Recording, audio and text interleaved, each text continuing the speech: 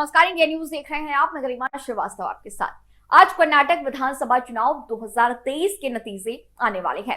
दक्षिण भारत के इस राज्य में शनिवार यानी कि आज मतगणना हो रही है। इसके बाद साफ हो जाएगा कि कौन सा राजनीतिक दल सत्ता पाने जा रहा है। लेकिन इससे पहले आज से 5 साल पहले यानी कि 2018 के विधानसभा चुनाव की तरफ लौटते हैं।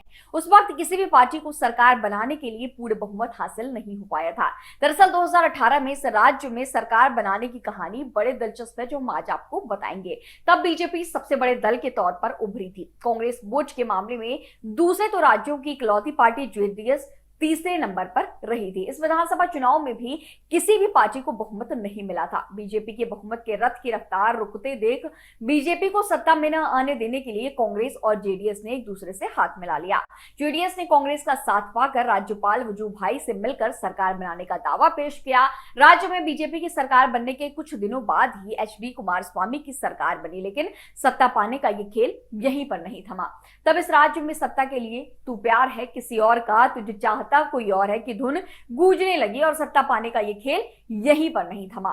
साल 2018 में बीजेपी का गढ़ माने जाने वाले कर्नाटक में कैसे किस दल की सरकार बनी और गिरी और फिर बीजेपी कैसे यहां सत्ता में आई, इस पर एक नजर डालते हैं। साल 2018 में अहम मुकाबला सत्ताधारी कांग्रेस विपक्षी बीजेपी और बसपा के साथ गठबंधन के साथ लड़ रही जेडीएस के बीच रहा था।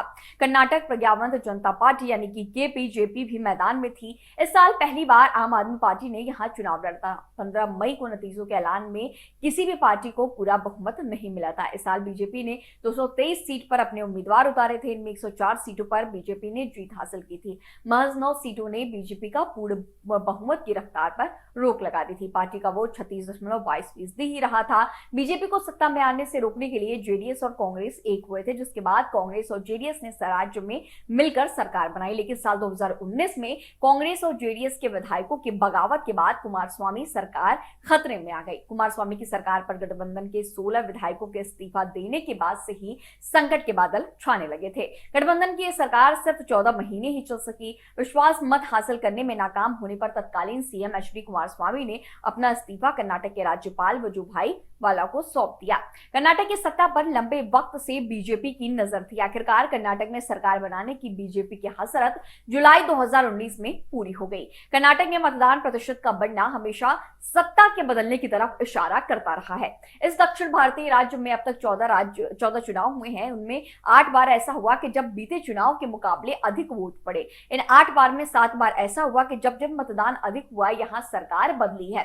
साल 2023 के विधानसभा चुनाव में भी यहां बीते 2018 के चुनाव से वोट पड़ने का प्रतिशत अधिक रहा है, जहां 2018 में 72.36% वोट पड़े थे, जबकि इस बार 73.19% वोट पड़े हैं। ऐसे में राज्य में सत्तारूढ़ बीजेपी 38 साल पुरानी परंपरा तोड़ने की उम्मीद में है। इसके लिए पार्टी पीएम मोदी इफेक्ट पर भरोसा जता रही है।